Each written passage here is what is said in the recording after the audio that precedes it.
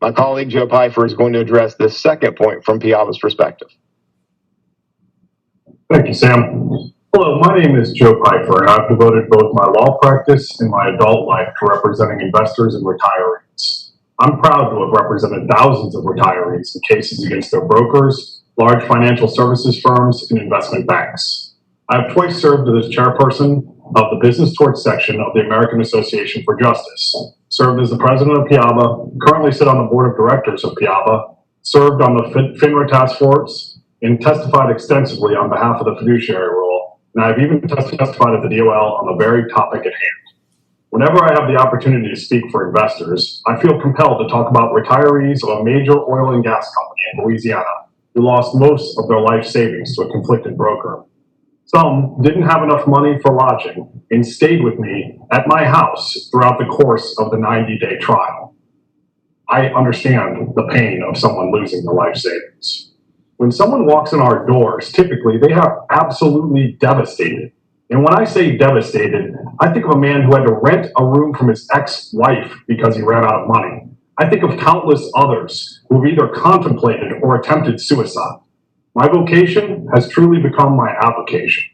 This summer, as infection rates started spiking again and COVID-19 death rates soared, the SEC began the implementation of its controversial alternative for the fiduciary standard with the misleading name, Regulation Best Interest. The new SEC rule doesn't just rewrite FINRA's flawed suitability standard, it creates a safe harbor that allows financial advisors to not work in their client's best interest as long as they disclose their conflict. What good is a disclosure in a packet of documents like a house closing going to do my clients who are blue-collar workers in large part, other than to give bad advisors a defense to their conflicted conduct? By basing the impartial conduct standards on the SEC's Regulation Best Interest, the department is abdicating its responsibility to ensure that retirement savings are protected.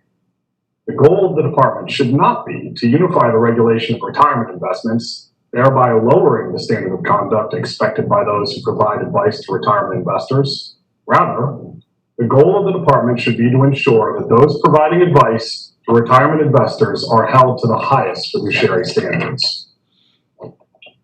Workers and retirees deserve more.